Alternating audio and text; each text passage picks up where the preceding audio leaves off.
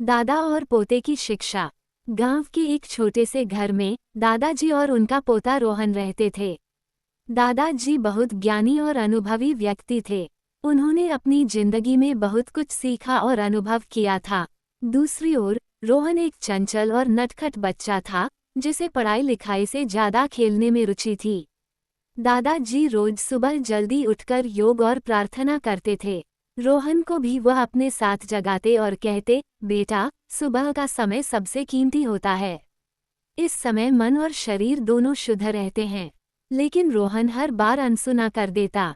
एक दिन दादाजी ने सोचा कि रोहन को एक महत्वपूर्ण शिक्षा देनी चाहिए। उन्होंने उसे एक पुराने आम के पेड़ के नीचे बुलाया। रोहन भागते हुए आया और बोला, दादाजी, क्या हुआ? दादाजी ने मुस्कुराते हुए कहा, बेटा, आज मैं तुम्हें जीवन का एक बड़ा पाठ सिखाने वाला हूँ। उन्होंने रोहन से पूछा, तुम्हें ये पेड़ कैसा लगता है? रोहन ने कहा, बहुत अच्छा, बड़ा और छायादार। इसके फल भी मीठे होते हैं। दादाजी ने समझाया, ये पेड़ ऐसे ही बड़ा नहीं हुआ। इसे भी किसी ने बीज के रूप में बोया होगा, पानी दिया होगा और ध्यान रखा होगा। तब जाकर यह इतना बड़ा और उपयोगी बन सका। अगर उस समय कोई इसे ना सींचता तो ये कभी बड़ा नहीं हो पाता।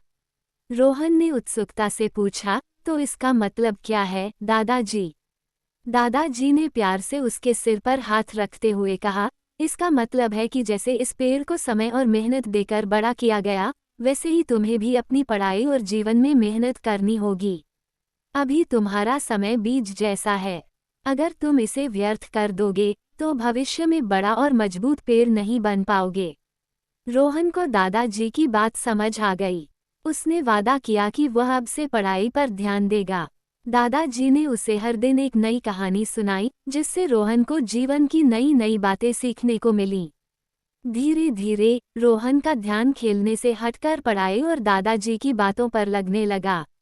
कुछ सालों बाद रोहन एक पढ़ा लिखा और समझदार युवक बन गया। उसने दादाजी की दी गई शिक्षा को कभी नहीं भुलाया। उसने महसूस किया कि दादाजी के जीवन के अनुभव और उनके द्वारा सिखाई गई बातें ही उसकी सफलता का आधार बनी।